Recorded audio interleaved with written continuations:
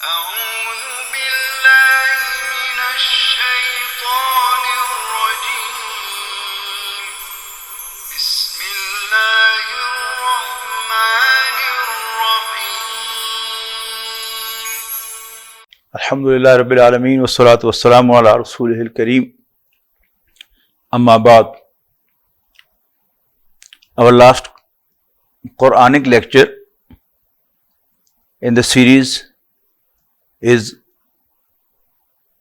Surah Al-Hadid.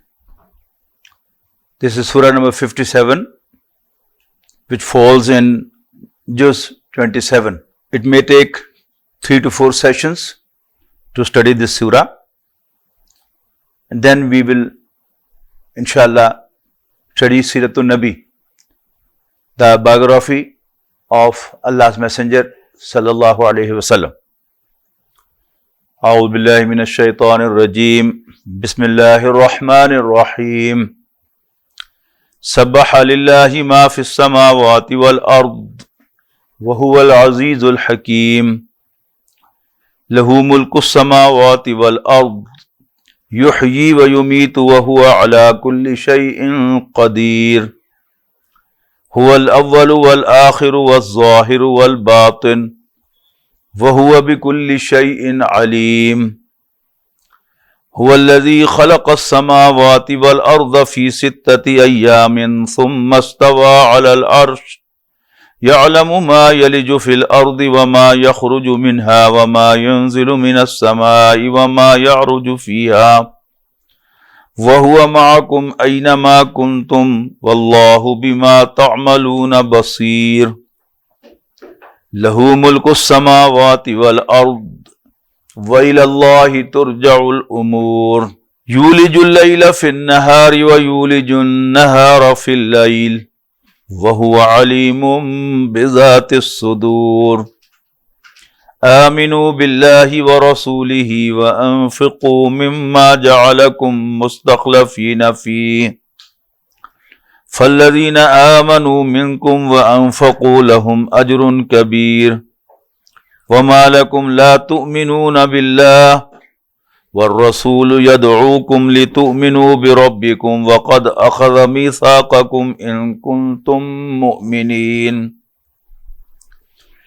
هو الذي ينزل على عبده آيات بينات ليخرجكم من الظلمات إلى النور وإن الله بكم لرؤوف رحيم وما لكم ألا تنفقوا في سبيل الله ولله ميراث السماوات والأرض لا يستوي منكم من أنفق من قبل الفتح وقاتل أولئك أعظم درجة من الذين أنفقوا من بعد وقاتلوا وكلا وعد الله الحسنى والله بما تعملون خبير من ذا الذي يقرض الله قرضا حسنا فيضاعفه له وله أجر كريم. In the Holy Quran we find that these surahs revealed at Makkah and those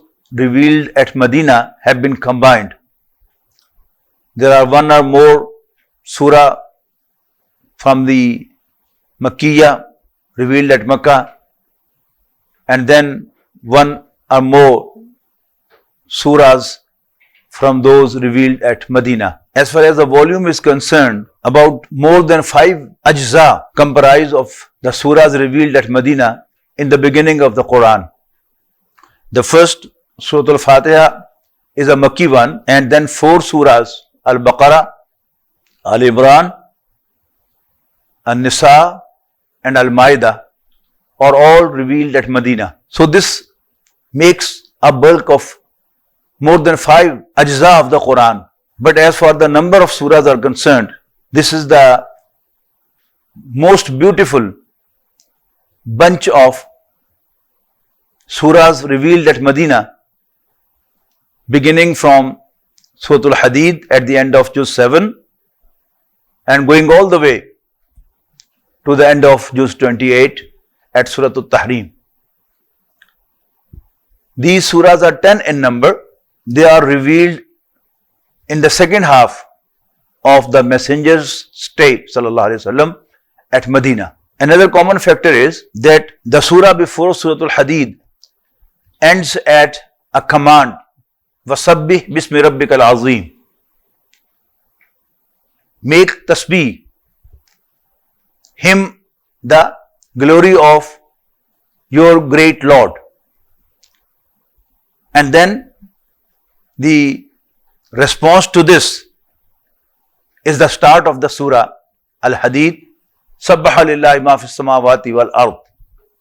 All that is in heavens and the earth glorifies Allah, makes Allah's tasbih, hymns Allah's glory.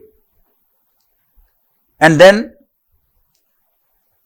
of these 10 surahs, there are 5 which start from the same. 3 of them start with Sabbaha lillahi, and 2 of them begin with Yusabbihu lillahi ma fis samawati wa ma fil ard. The 3 which start with Sabbaha, and that is in the past tense, in Fi'l Madhi, they are Surah Al-Hadid, Surah Al-Hashr, and Surah Al-Saf. We have already studied that. And those which start with Yusabbihu lillahi ma fis samawati wa ma fil ard are Surah Al-Jumu'ah and Surah Al-Taghabun. Both of them we have studied in this series of lectures. Then at the end of Surah Al-Hashr, again in the last ayah, it has been said, Yusabbihu lahu ma fis samawati wal ard, all that is in the heavens and the earth glorifies Allah. Another common feature of these surahs is neither the mushrikeen nor the sons of Israel have been addressed in these surahs, but they are frequently mentioned in these surahs. In fact, to guide the Muslims that those who were given the book before you, they made such and such blunders. You don't do it. You don't make those blunders. So with this we start with the study of this surah. A'udhu billahi minash shaitanir rajim. Bismillahir rahmanir rahim. Sabbaha lillahi ma fis samawati wal ard. All that is in heavens and the earth. This is the idiom for the whole universe in the Quran. Sabbaha lillahi ma fis samawati wal ard. All that is in heavens and the earth, that is in the whole universe, makes Allah's tasbih, hymns Allah, glorifies Allah. Wa huwa al-azizul hakim. He is the mighty, the wise.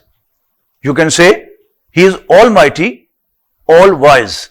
As we discussed in Surah Al-Saf, there are 2 different ways in which everything in the universe makes Allah's tasbih, hymns Allah, glorifies Allah. One is by its nature, it speaks out that the one who has created it is knowledgeable, knows each and everything. He is wise, he is capable. But in Surah Al-Isra, Surah Bani Israel, we find that Allah Almighty says that all that is in heavens and the earth and in between makes Allah tasbih, but you don't understand its tasbih, which means Allah Almighty has blessed everything with a speech which others may not understand, but they do make Allah's tasbih, they hymn Allah's praise by words too. Lahu mulku samawati wal ard. Kingdom of the heavens and the earth belongs to Him alone. The proof is yuhyi wa yumeet. He brings to life and puts to death. As when Sayyidina Ibrahim alayhi salam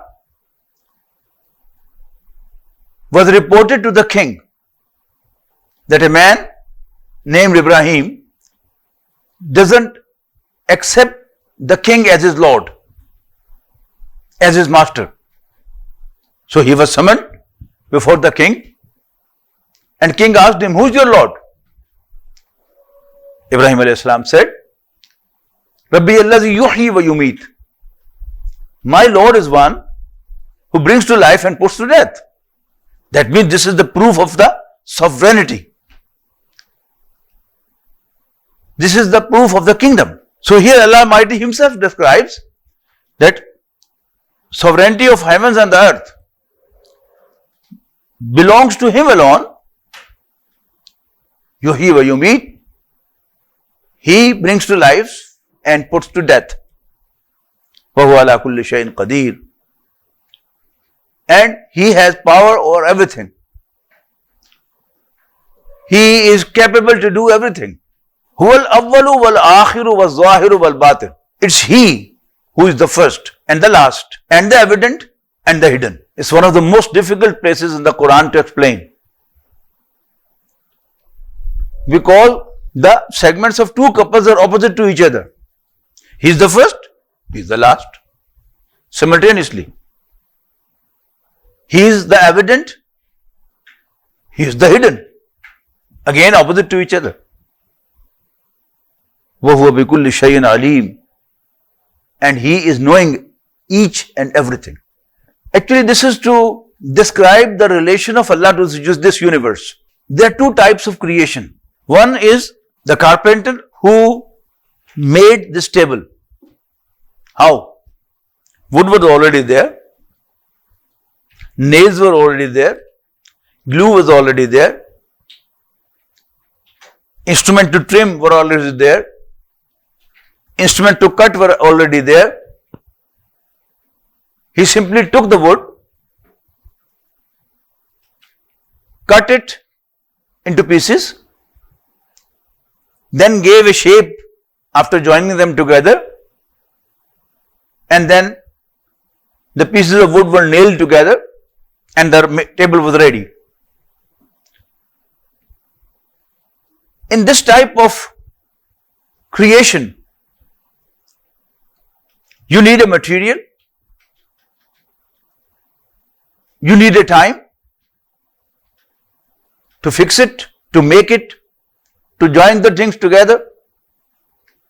But when you make it, if you are on that side, you are not on this side.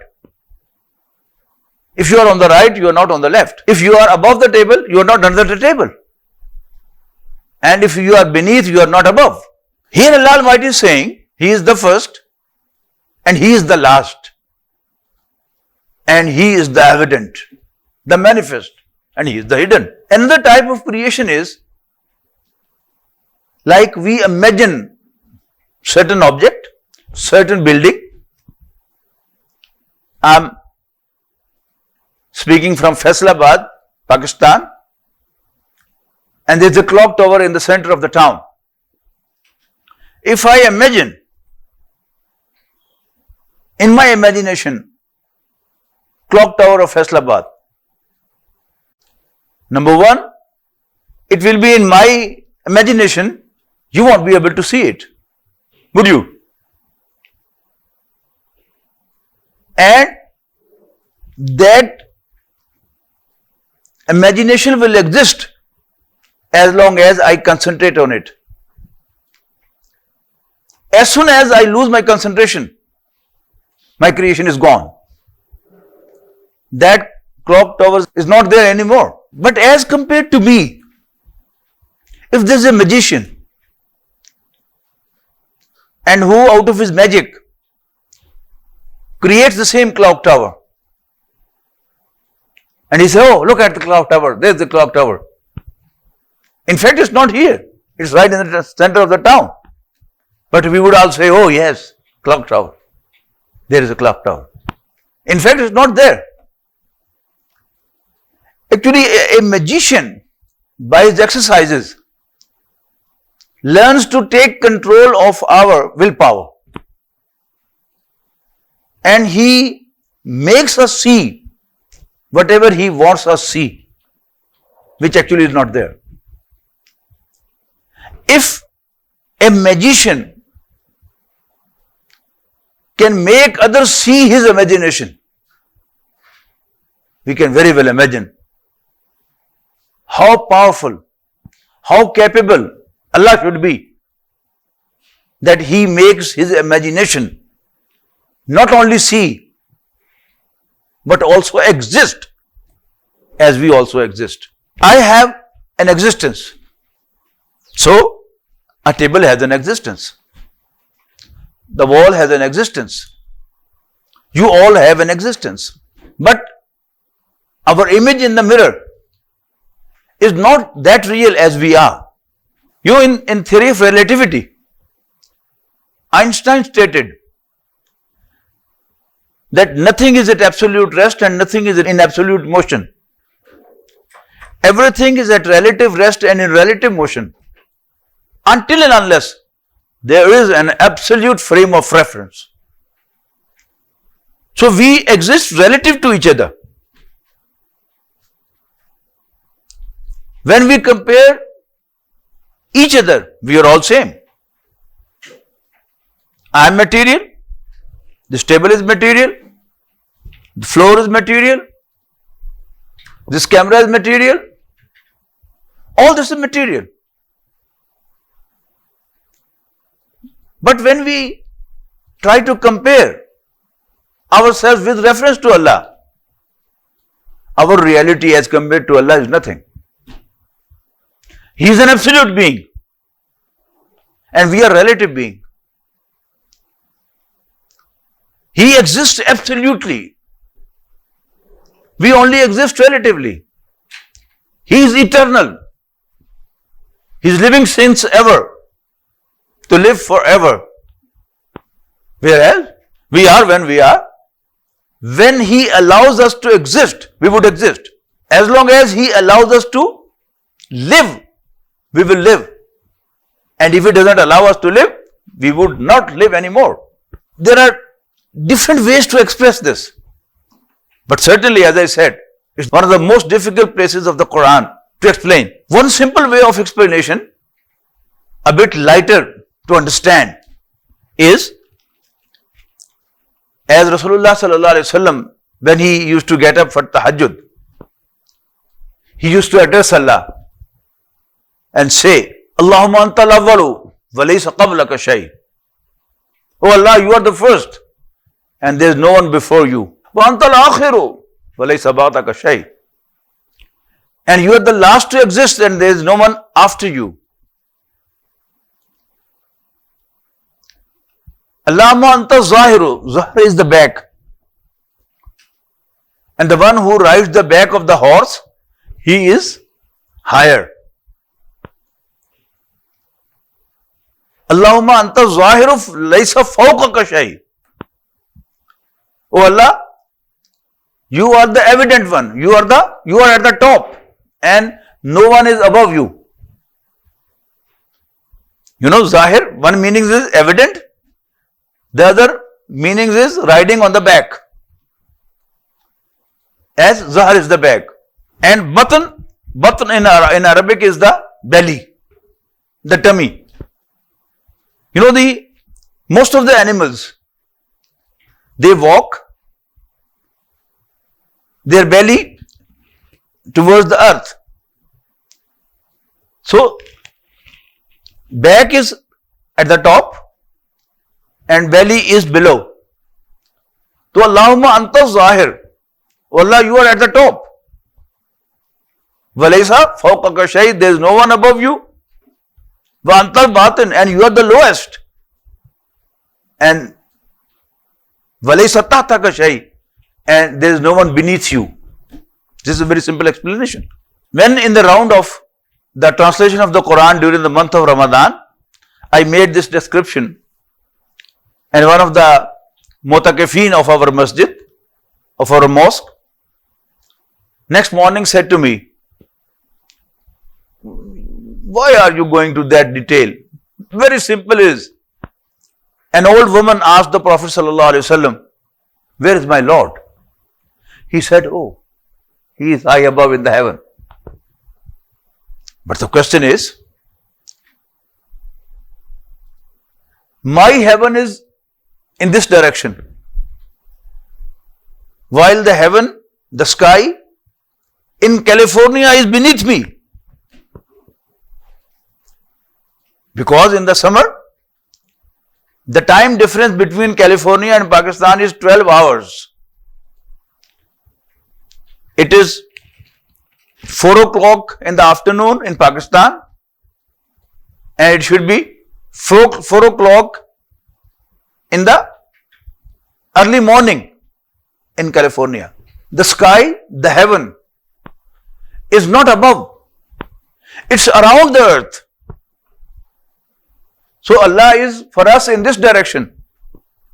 But for those in California, according to that description, should be below us. The only explanation which suits Allah's dignity is that we don't say. Just for simple explanation, we can say that He is in the heaven. But those who think, those whose minds make queries, those who are bound to get answers of the questions, you have to give a satisfactory answer, which should be according to the dignity of Almighty Allah. We should not degrade Him. We should not insult Him. And that is that Allah's existence is the real one, absolutely real. We are relatively real, but not in the absolute sense. The absolute being is only Allah Almighty. He is everywhere. He is everywhere. Above, below, on the right, on the left, on the front, on the rear. Then the question is where we are. We don't exist. As in Ayatul Kursi we study, Allahu la ilaha illahu. It's Allah, that there is no one worthy of worship besides Him. Al-Hayyul Qayyum, the living, the sustainer. What does it mean? Allah Almighty is existing on His own. But for all other than Him, He is the sustainer. As long as He sustains, He allows the sustenance of this universe would exist. And the moment He doesn't allow this universe to exist anymore, it won't exist anymore. When a big Sheikh, Bayezid Bustanavi, rahimahullah, was asked by one of his disciples, what would be the scene when nothing existed except Allah? And he smilingly said, Al-an kama kan, is the same today. This moment. Even this moment, even at this time, it's only Allah who exists in the absolute sense. We only exist relatively. But when we compare our existence, when we compare the existence of this universe, existence of sun and the moon, and the planets and stars, no one exists as compared to Allah's existence. So in the absolute sense, huwa al-awwalu wal akhiru wal zahiru wal batin. He is the first and the last and the evident, manifest and the hidden. Wa huwa bi kulli shay'in alim. And He is knowing everything. Huwallazi khalaqa as-samawati wal arda fi sittati ayyam. It's He who created heavens and the earth in 6 days. And keep in mind, these are Allah's days, not our days. Our day is only of 24 hours. But in the Quran we find that Allah's days goes to as long as 10,000 years. The day of judgment has been described in the Quran as 50,000 years long. So we have no idea when Allah says in 6 days, how long it would be. But Allah has described that Allah created heavens and the earth in 6 days. Another important thing which you should note is that Allah Almighty uses different terms. One is Amr, and Allah Almighty says, Innama amruhu iza qada iza arada shay'an an yaqula lahu kun fayakun. Whenever Allah decides an Amr, decides something through Amr, through His command, He simply says, be, and there it becomes.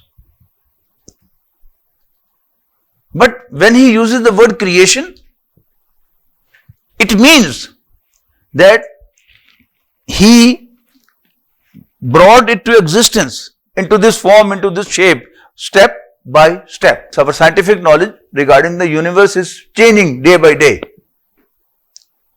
But as for the understanding that we have today, there was a Big Bang. Nothing was there before that, and then something came into existence.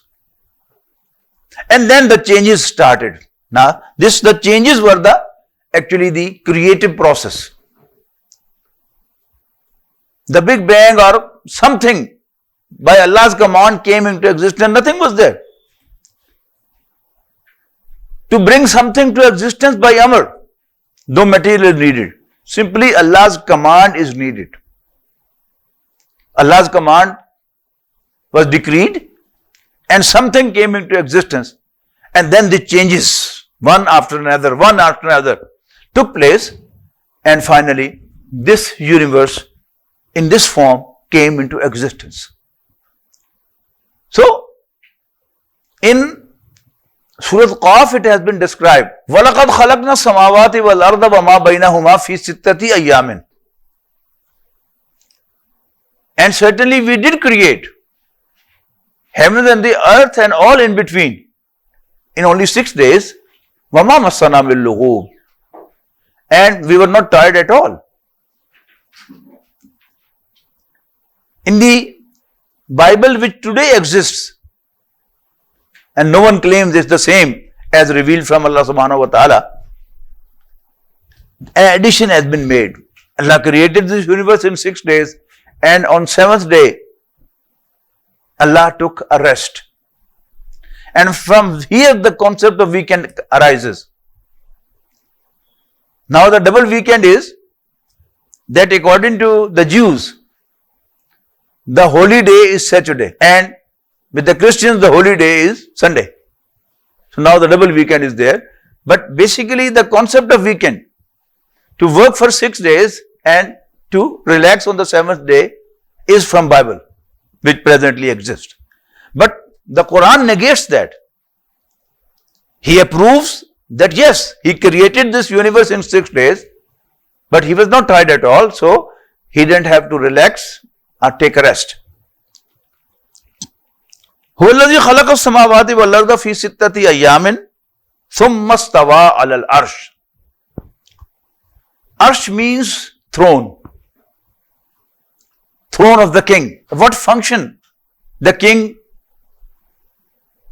delivered by sitting on the throne? He used to administer the whole kingdom. And there is a general way of explanation. Some scholars,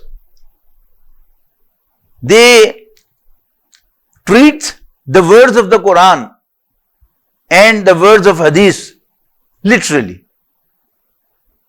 Like Allah Almighty says that on the last part of the night, in the small hours of the morning, Allah Almighty descends to the first heaven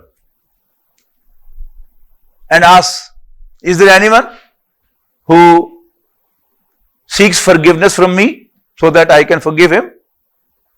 Is there anyone who has a problem, I should solve his problem? If anyone who needs something, and he should ask for it, and I should give him.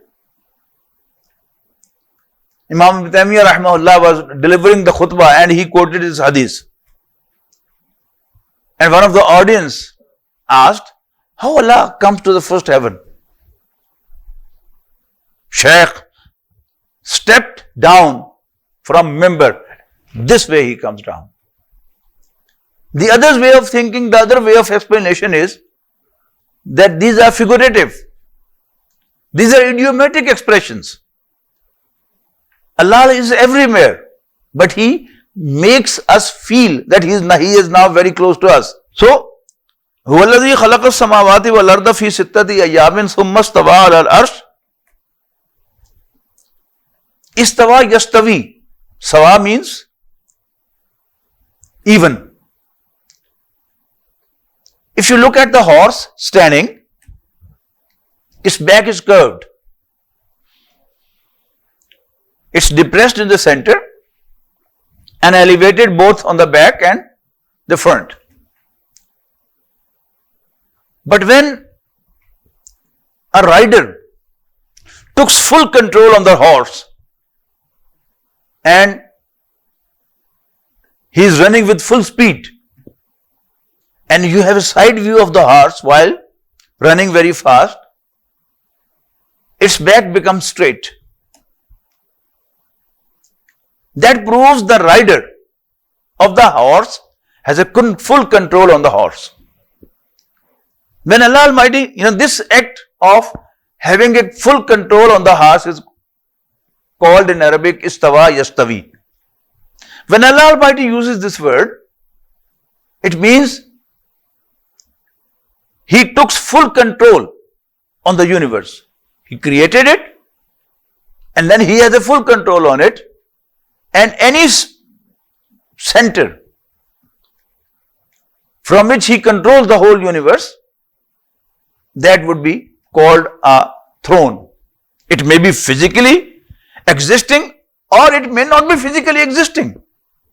Allah Almighty has all power that He can control without any center, without any cable, without any magnet, but He is controlling the whole universe. And then the idiomatic expression is summa stawa ala al-arsh. Then He took full control on throne of authority. Ya'lamu ma yaliju fil ard wa ma yakhruju minha. He knows all what enters the earth and what comes out of it. وَمَا يَنْزُلُ مِنَ السَّمَاءِ, and all that descends from heaven and what ascends to it. And the previous explanation, as you in your imagination are everywhere. You are inside, you are outside, you are above, you are beneath, you are on the right, you are on the left. So is Allah everywhere and watching everything. وَهُوَ مَعَكُمْ أَيْنَمَا كُنْتُمْ. And wherever you are, He is with you. وَاللَّهُ بِمَا تَعْمَلُونَ بَصِيرٌ. And whatever you do, He is watching. Again, the first segment of ayah number 2 was repeated. لَهُ مُلْكُ السَّمَاوَاتِ وَالْأَرْضِ. Sovereignty of heavens and the earth belongs to Him alone. In ayah 2, the proof was yuhyi wa yumeet. He brings to life and puts to death. But here another proof of Allah's sovereignty has been given. And that is, وَإِلَى اللَّهِ تُرْجَعُ الْأُمُورُ. All the matters will be referred back to Him. All the issues will be referred to Him for final judgment. He would be the final referee. King is the one to make the final decision. There are different courts.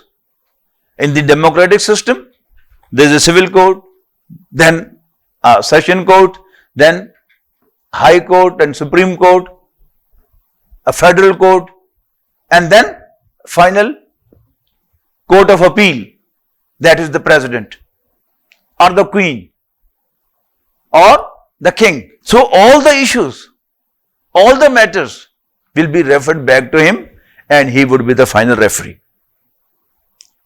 Yulijul layla fil nahar. He lets the night merge into the day. Wa yulijul nahara fil layl. And lets the day merge into the night.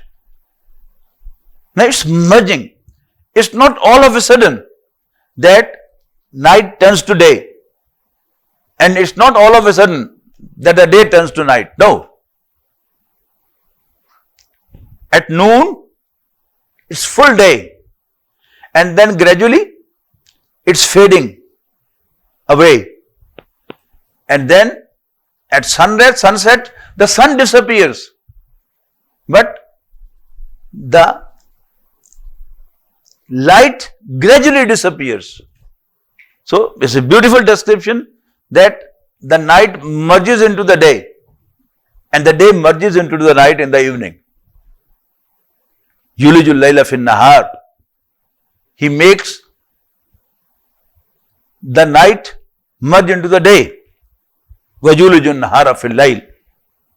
And the day merges into the night. Wahu alimun bizat as-sudur. And he has full knowledge of all what is in the breast. One are the acts, the evident acts and concealed acts. Not only the acts, even the intentions behind the act, even your feelings are also known to him. Wahuwa alimun bizat as-sudur. And he is knowing all that is hidden in the breast. Now in 6 ayat of this surah, a beautiful and glorious description of Iman Billah has been given, and then a command. If you understand all this, Aminu Billahi wa Rasulihi. Believe in Allah and His Messenger. Wa anfiqu, and spend, invest. Mimma ja'alakum mustakhlafina fi.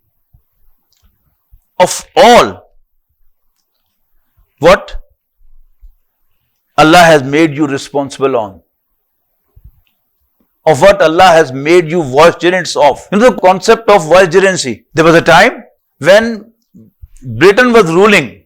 King of England or Queen of Britain was ruling India, Indo-Pak subcontinent. But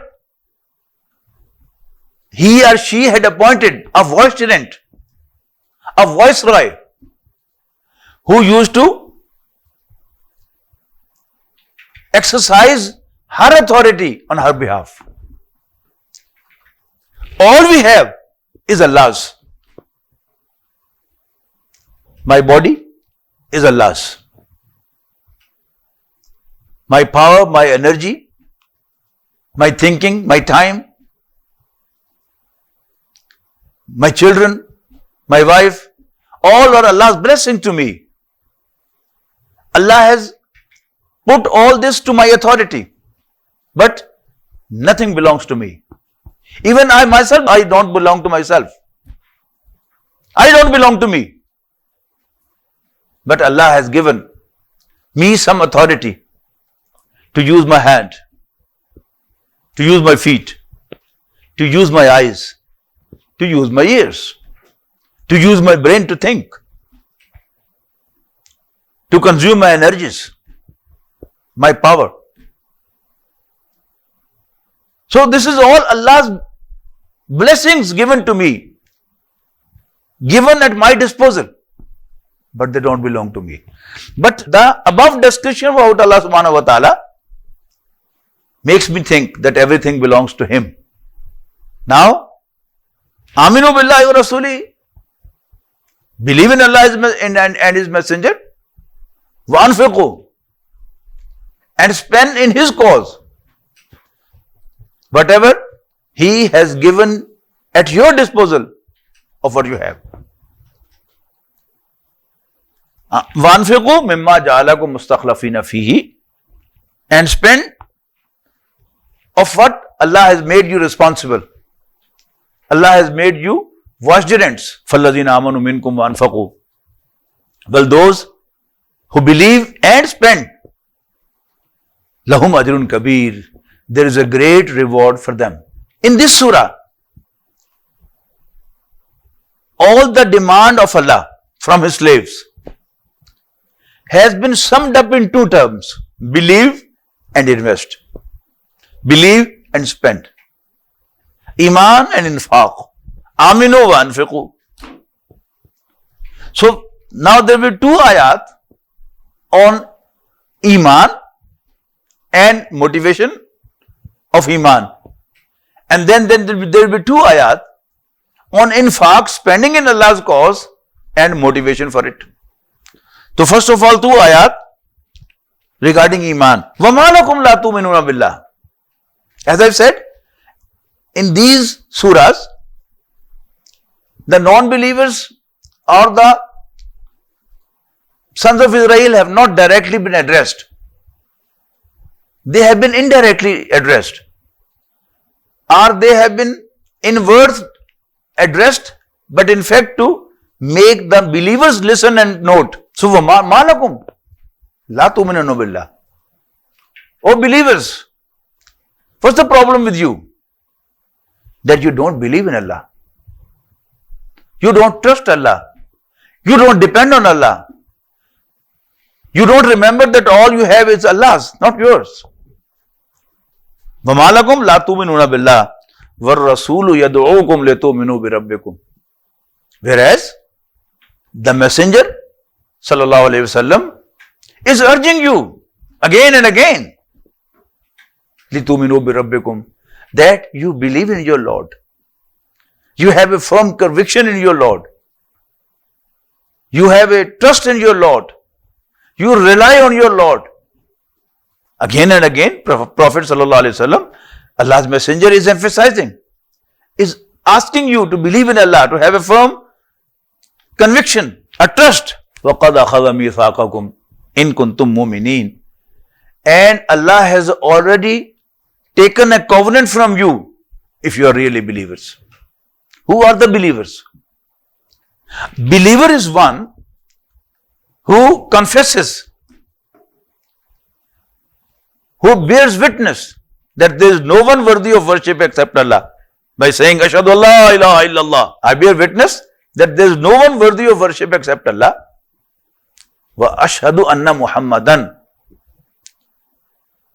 And so do I bear witness that Sayyidina Muhammad sallallahu alayhi wasallam is Allah's slave and his messenger. Wa ashhadu anna Muhammadan abduhu wa rasuluhu, or simply ashhadu anna Muhammadan Rasulullah. So, when we utter these words, actually we are making a covenant with Allah. We are making a firm commitment that we believe in Allah and we believe in His Messenger. In kuntum mu'minin, if you are really believers. If we look into ourselves, we probe our hearts, we explore into our breasts, we find, though we admitted that there is no one worthy of worship except Allah, though I confessed that Allah is my Lord and I am a slave, but there is no conviction there. Words are there, but belief is not there. Faith is not there. Then what to do? Allah Almighty is telling us, Huwallazi yunazzilu ala abdihi ayatin bayyinatin. It's He who reveals on His slave, Sayyidina Muhammad sallallahu alayhi wa sallam, ayatin bayyinatin. Clear signs, clear revelations. Why? Li yukhrijakum min adh-dhulumati ila an-nur. So that He may lead you from the depths of darkness to the light. The ayat of the Quran, they are light. And what's the function of light? If all of a sudden there is a complete darkness, I won't find my way to the door. We won't be able to see each other. But the moment there is a light, we would be able to see each other. I'll be able to find the way to the door without hitting anything. So there are different shades of darkness. deeper and deeper. If you don't believe in Allah,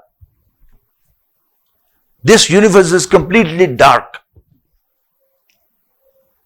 And there is a tricky road in the mountain area, but your driver is very alert, capable and alert. You sleep, no problem. But if you find your driver drowsing, then you are in hell. What will happen? If you believe that this universe is running by accident, anything can happen. But the moment you believe in Allah, you find out, you come to know that it's not running on its own. It's not automatically running. It's Allah Almighty, fully capable, all-knowing, all-wise, who is running this universe. Then you are in light. There is no chance you will hit the door. There is no chance you will hit the chair. You will find the way. So Iman Billah is the light in this universe. And not to believe in Allah is complete darkness. Although apparently there is a light, but this earth is moving.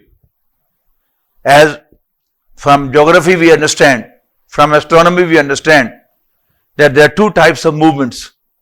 It's revolving around itself, around its own axis, and it's revolving around the earth. If it is revolving on its own, then it may take any turn. It may have any twist any time. But if we believe it's not revolving on its own, it is my Lord Almighty who is making it revolve, which is making it move around the sun, and who is controlling the whole universe, and He is fully capable to control it. Then yes, you are on ground. You are no more flying in the air. You are on the ground. You have found footing. This is the light. So, Allah Almighty has revealed the Quran. Allah Almighty has revealed these ayat, these signs on Rasulullah sallallahu alaihi wasallam for the guidance of mankind, to bring mankind out of the depths of darkness to the complete light. In the beginning of Suratul Anfal, there is a definition of the believers. Innamal mu'minun allazina idza dhukirallahu wajilat qulubuhum wa idza tuliyat alaihim ayatuhu zadatuhum imana. Believers are those before whom, whenever Allah is mentioned, they fear. وَإِذَا تُلِيَتْ عَلَيْهِمْ آيَاتُهُ. And when Allah's revelations, Allah's signs are recited to them, زَادَتْهُمْ إِيمَانًا. They enhance them in Iman, in belief. وَإِنَّ اللَّهَ بِكُمْ لَرَؤُوفٌ رَحِيمٌ. And indeed, Allah is very kind and merciful to you. Revelation of the Quran is the proof of Allah's mercy, Allah's kindness. Allah made many favors to us. He blessed me with this life. He blessed me with eyes. He blessed me with ears. But the biggest blessing to me from Allah Almighty is that He revealed the Quran for my guidance. We have already discussed that how important is guidance. You have children, but you don't know how to raise them. They would become a problem for you. You have a lot of property, a lot of wealth, but you don't have the know-how how to invest that money, that property, that wealth. Very soon you will become bankrupt. So the biggest favor of Allah subhanahu wa ta'ala on me, on you, on all of us is that He revealed the Quran. وَمَا لَكُمْ أَلَّا تُنْفِقُوا فِي سَبِيلِ اللَّهِ. And now about the investment, spending in Allah's cause. وَمَا لَكُمْ أَلَّا تُنْفِقُوا فِي سَبِيلِ اللَّهِ. Oh believers, what's the problem with you? That you don't spend in Allah's cause. You don't invest in Allah's way, despite knowing that it belongs to Allah. وَلِلَّهِ مِيرَاثُ السَّمَاوَاتِ وَالْأَرْضِ. All the property of heavens and the earth belongs to Him. لَا يَسْتَوِي مِنْكُمْ مَنْ أَنْفَقَ مِنْ قَبْلِ الْفَتْحِ وَقَاتَلَ. Spending, investing in Allah's cause will be rewarded not only in terms of quantity, but also in terms of quality. The quality not only from one dimension, from many dimensions. A man spends 10 rupees, but his salary is only 15,000 rupees. Another man who is a billionaire, he spends 100 rupees. But with a common sense we can say that 10 rupees spent by a poor man are of greater value in Allah's sight than the billionaire who spends 100 rupees. So this is one dimension. A very important dimension of spending in Allah's cause is that in the life of Rasulullah sallallahu alaihi wasallam, there were days at Makkah, then days at Medina, but before the Treaty of Hudaybiyah, which Allah has called as the greatest victory, clear victory. Inna fatana laka fatham mubina. Before that, Islam was poor. Islam was apparently helpless.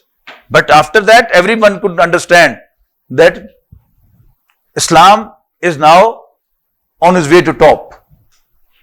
Now those who made investment in Allah's cause before the Treaty of Hudaybiyah and those who spent in Allah's cause and fought in Allah's cause after the Treaty of Hudaybiyah, they are not identical. They would not be treated same by Allah subhanahu wa ta'ala on the day of judgment. So Allah Almighty says, La yastawi minkum man anfaqa min qabl al-fathi wa qatala. Those of you who spent in Allah's cause and fought in Allah's cause before the victory, they are not equal to those who will do after that. Ulaika azamu darajatam min allazina anfaqu min ba'du wa qatalu. They are the greater ones in terms of ranks, min allazina anfaqu min ba'du wa qatalu, than those who made the same investment and fought in the same way, but after the victory. وَكُلًّا وَعَدَ اللَّهُ الْحُسْنَى. Though Allah has made a good promise to everyone, as we find in Surah Al-Qariyah, وَمَنْ يَعْمَلْ مِثْقَالَ ذَرَّةٍ خَيْرًا يَرَهُ. Anyone who has done a spot, a particle, he will find it there in his book of account, and he will be rewarded for that. Wallahu bima ta'maluna khabir. And whatever you do, Allah is fully aware of it. Barakallahu li wa lakum fil Quran al-Azim. Nafani wa iyyakum bil ayati wa dhikr al-hakim.